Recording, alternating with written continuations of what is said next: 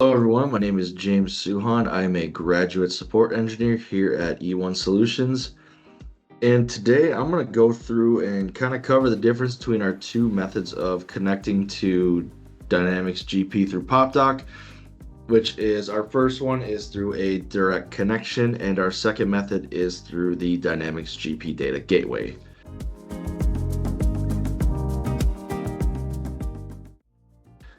So I will quick hop over into PopDoc.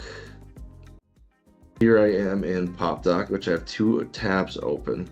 So this one is this one's going to be a little bit more informative than anything. So this here is what the setup looks like for a SQL Server login.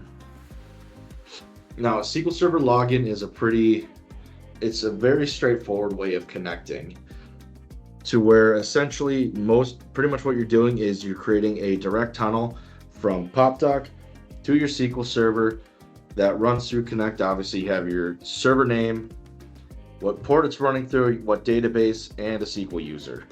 You put in that information, you validate it, it's good to go. You connect, you create that direct tunnel between the two. Whereas if I swap over here to the data gateway, obviously there's two different types. We have our gateway with a token as authentication, or basic, which is a username and password. Now, the gateway uses an on-premise install of our GP gateway that we then go through, run the installer, in which we put in basically the same information that we would for the SQL Server login option, this first one, minus the port, as this is now an on-premise setup that then runs through the IIS as a web service to then go into the cloud to PopDoc. So I know another big question when it comes to both of these is security. Obviously, security is a big thing when you have PopDoc, which is exclusive to the cloud, and your GP data, which is hosted on-premise in SQL Server. So with this, the main thing we recommend for this is when creating this connection between SQL and PopDoc is to take what you can and just once you create that connection, you just take the firewall and just build it around that connection.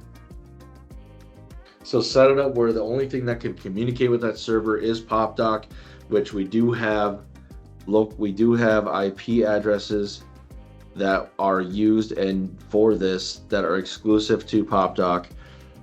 Whereas I will pull up the article for that right quick here.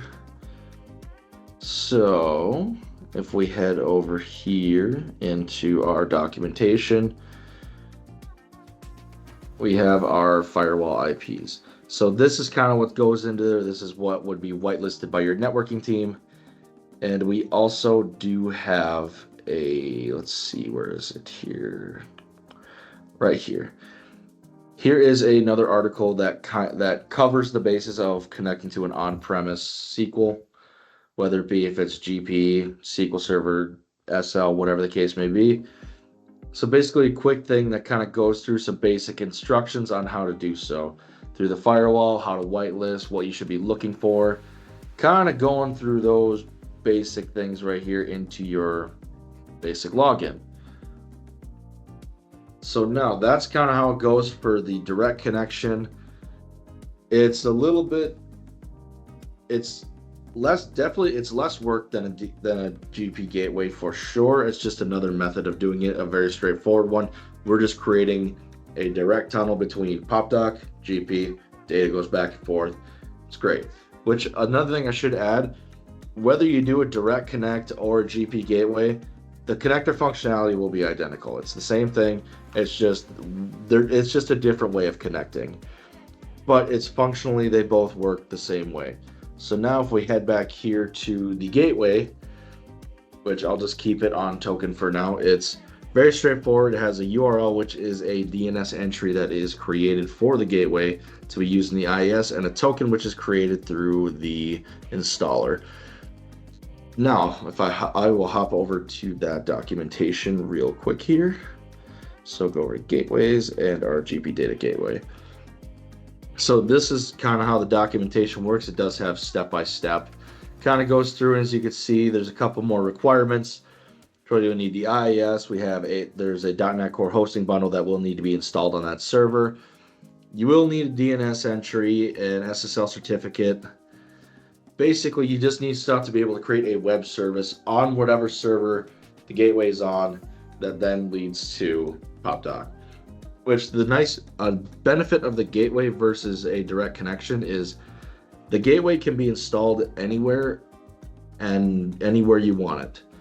Whether it be on an app server VM, if you want to put it on the same thing as where you have GP, that's great. If you want to put it on the same server where SQL Studio is at, you can do that as well. If you want to put it in a DMZ, whatever works. Just as long as wherever you put it can then reach back on your end and talk to your SQL server. As long as there's some type of communication between the two, you'll be good.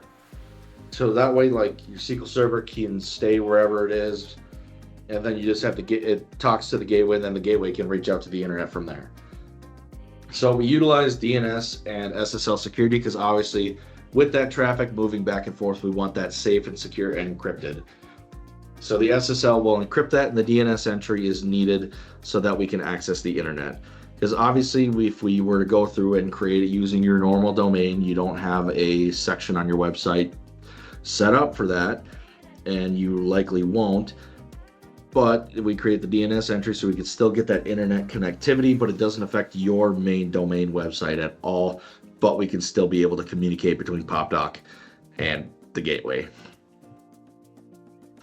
So as you can see, there's a little bit more work that goes into the gateway through setting up the installer, managing the app settings.json file, going through setting stuff up in the IIS, managing the firewall from there. But once you get the connector created, again, it's pretty much the same thing.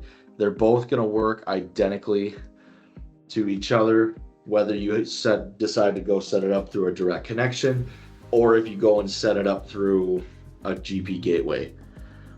It's just more of what method do you prefer to connect with? Do you prefer to go with a data gateway and set it up as a web service, or just create that direct connection between PopDoc and SQL and build the firewall around that and kind of go from there?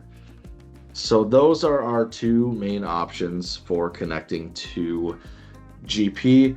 With direct, again, that's just the SQL Server login connection type, direct connection, straight up tunnel right between the two, build a firewall around it.